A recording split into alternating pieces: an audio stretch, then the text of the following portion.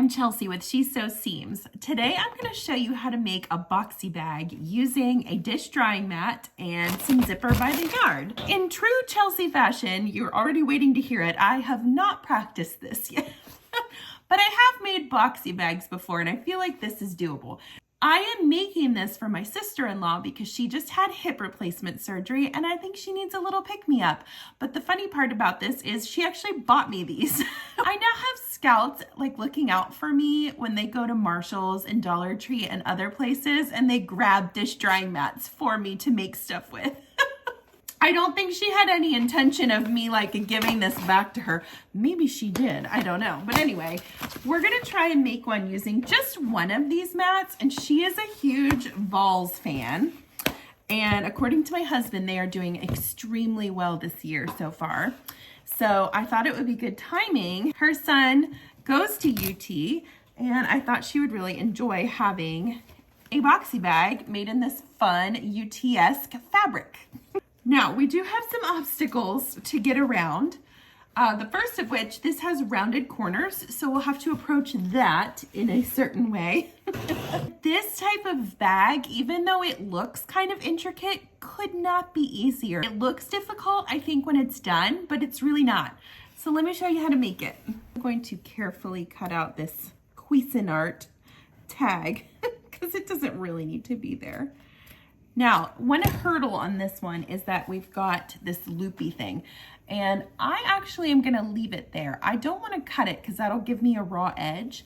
So what I'm gonna do actually for right now, just to get it out of my way, is I'm going to pin it down because honestly, this might be kind of nice to have in the bag if you wanted to like clip your keys into it or something. I don't know, better than a raw edge. The next thing we need to do is to decide on a zipper color, and I'm leaning towards white. If this was like any other team and it had other colors, if you were doing like Lady Vols, maybe you could do this light blue. But for just regular UT Vols, we're gonna do white. Now, I like to buy my zipper by the yard on Amazon, and I've got it in my Amazon store if you wanna check it out. It's amazing. This is actually a different version than I normally use. It's got this metallic looking zipper coil to it, but it's not actually metal, so you can cut right through it, which is awesome. It's a faux metal zipper, and it comes in all these different colors. Now, I will say, if you're looking for bulk, you won't get as much yardage with this metallic zipper. It costs a little bit more per inch. But with the metallic zippers, you also get the fun metallic pulls, which I love as well. All I'm gonna do here is take my zipper by the yard and grab my scissors. I'm just gonna cut it roughly the size, the length of the short edge. Put away the rest of it. Now, if you want to load 2 zipper pulls on this, you could. Some people like it where they can zip it both directions. I'm just gonna use the one. I don't know that that's necessary on this little boxy bag. It's really nice on totes, and these are shiny. Look at that cute zipper pull. These usually load a lot easier than the other ones as well because they have some weight to them. So I just like to put both of my zipper pull ends into the pull, lay it down and kind of straighten it out. And literally, you can usually just hold the tape down with your fingers and it zips right on. Easy peasy. Now, we need some, well, first we need to even this little ugly edge off. I want to make this shorter than my bag, shorter than the edge of my bag by about 1 inch. This is 16 inches across, so I'm going to cut this zipper down to 15 inches, and actually it looks like it's already at about 15 inches. I'm gonna grab just a piece of white fabric and I'm gonna cut it to 2 inches by about 1.5 inches. Fold these edges down, and you can press this with your iron if you like, or you can just do it with your fingers. Fold those edges down and clip it. We'll take this over to the machine and sew right across this edge. And what that's gonna do is create a stopper for the end of my zipper, which keeps the zipper pull from flying off, which is helpful. It also helps to have these little zipper tab ends because then you can turn the bag out a lot easier. Make sure that it is nice and even on both sides so that you're hitting both sides of the fabric when you sew it. And I sew this about 1/8 of an inch away from my edge of my tab.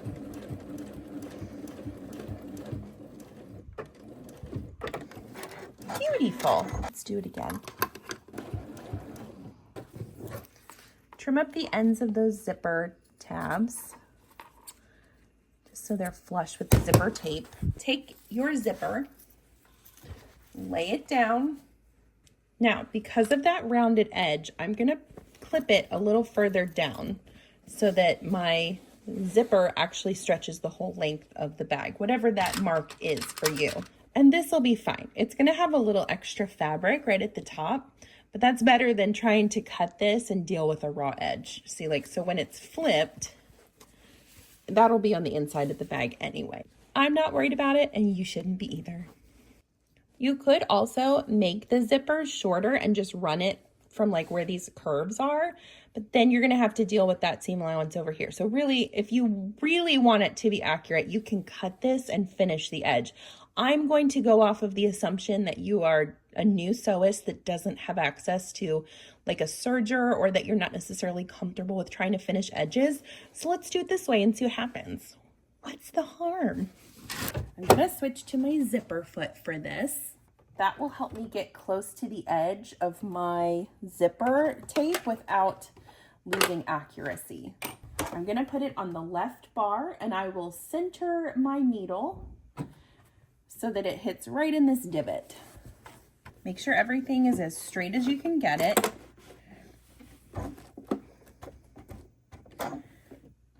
Start with a back stitch. And I like to line my zipper tape up with the edge of my zipper foot. That way I know that the measurement is going to be accurate all the way across. When you get close to this zipper pull, just lift your presser foot and slide it out of the way and keep on chugging. All right, here's what it looks like. We're gonna fold that down and switch back to your zigzag foot. Fold this down and I'm gonna place a top stitch right in here, about 1/8 of an inch away from my edge, maybe 1/4. You can move that pull out of the way as you approach it. And because you're sewing through so many thick fabrics here, I would recommend a 90-14 or higher needle for this project, just to make sure it can handle all this bulk. Let's see how it turned out. That's cute. Okay. Let's fold the bag this way now. And we're going to repeat that on the opposite side of the bag. Pull it down just a little bit to make sure that you're catching all of that zipper tape. And again, you can do this however you want. If you don't want this excess, you can cut it and finish the edges. I'm just trying to make this super beginner friendly for you. I'm going to switch to my zipper foot and sew across right here. If you're worried about it slipping out of place, you could definitely use pins instead of clips here. That would give you a little bit more stability. Boxy bags are so helpful, especially when you're traveling. So let's say maybe you were going to a UT Vols game. You could take your new boxy bag to put all your cosmetics in. How fun would that be? This is the part that's just a little bit tricky. Pull that pin out that was holding your loop. Open your zipper the whole way, and we're gonna have to top stitch this in sections. Switch back to your zigzag foot and flip it down as far as you can get it. Move that out of your way and start sewing. Okay, I'm just gonna go as far as I can without sewing over my zipper. And whatever I couldn't get on that first pass, I'll just fold the bag right side out and sew right here to get that little extra area. No big deal. Flip it and do the same right here. Close your zipper up a little bit. It just takes some maneuvering.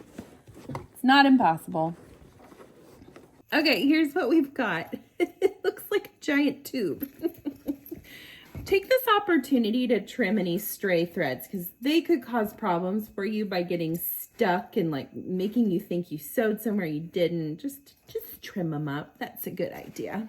Now you've got this like tube and I want you to flatten it out and get that zipper in the middle.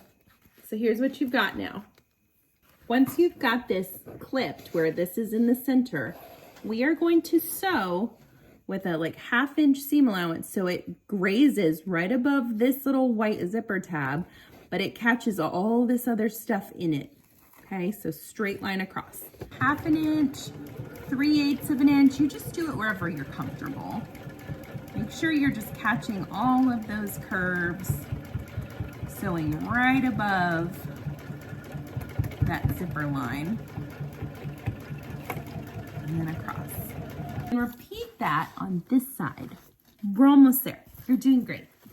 This is a really quick project and a fun thing to do with a dish mat that you may not have tried before. We've tried a lot of bags with like boxed corners at the bottom, and this will be similar to that, but it's going in a different direction, which is kind of fun. Okay, this is what you have. It sort of looks like a giant tissue dispenser. You could put like paper towels in here. I don't know. We're not done yet. All right, here's the part where you have to do a little thinking. So your instinct might be to just sew a diagonal right here, but that's not gonna get you what you want. So instead, take the corner and open it like this, okay? And then you need to decide how tall you want your bag to be. So like lay it down. The further in you go with your box, the more narrow your bag is going to be. So I'm gonna do this where there's a 3-inch line. Okay, so if you wanna like mark that with a marking pen, wherever that 3-inch mark falls, draw your line there. Okay, so that's our sewing line. And we're gonna repeat that on all 4 corners, but we're not gonna cut them because again, we don't want raw edges. So we're just gonna let these hang out inside the bag. They don't take up that much room and they save you a ton of trouble. So fold this down.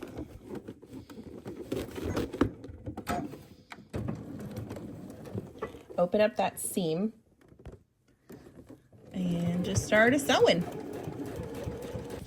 Okay, so now you can sort of see how tall this bag is going to be. And I think that's a really good size.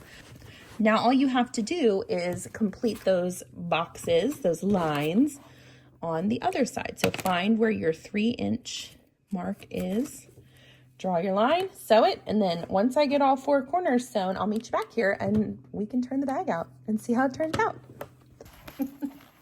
Okay, this is what it looks like. Now listen, if these bother you and you want to get rid of them, that is fine. You could use your scissors to cut them and then sew a zigzag stitch along this edge.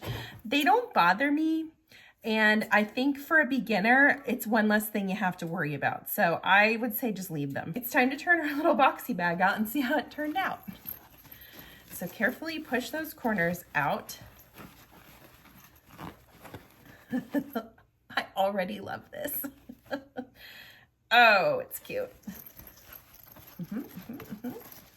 Go Vols. I think I need to make some of those checkerboard Vols overalls next, maybe for my husband. He would totally wear them. He's such a good sport. Probably with no shirt on underneath them either. Are you ready to see the Vols dish mat boxy bag? Oh, that's cute, right? I think it's adorable. I think this is perfect for holding like all of your makeup, especially if you have like some longer brushes or palettes. Be great for your like hair brushes. It's also great for school if you wanted to send this to school with your kid, like if they're going to UT. This one's going to my sister-in-law because she's so sweet and she bought these for me, so I wanted to give them back to her. This took maybe 20 minutes to make and it packs a lot of punch. It's a sweet little gift that you could take somebody. Lots of structure to it with that dish mat. The other fun thing is it still has that loop. So if you wanted to like clip something in there, like your keys, just to keep track of them, you could loop some little earrings on here to take with you so you don't lose them in your bag.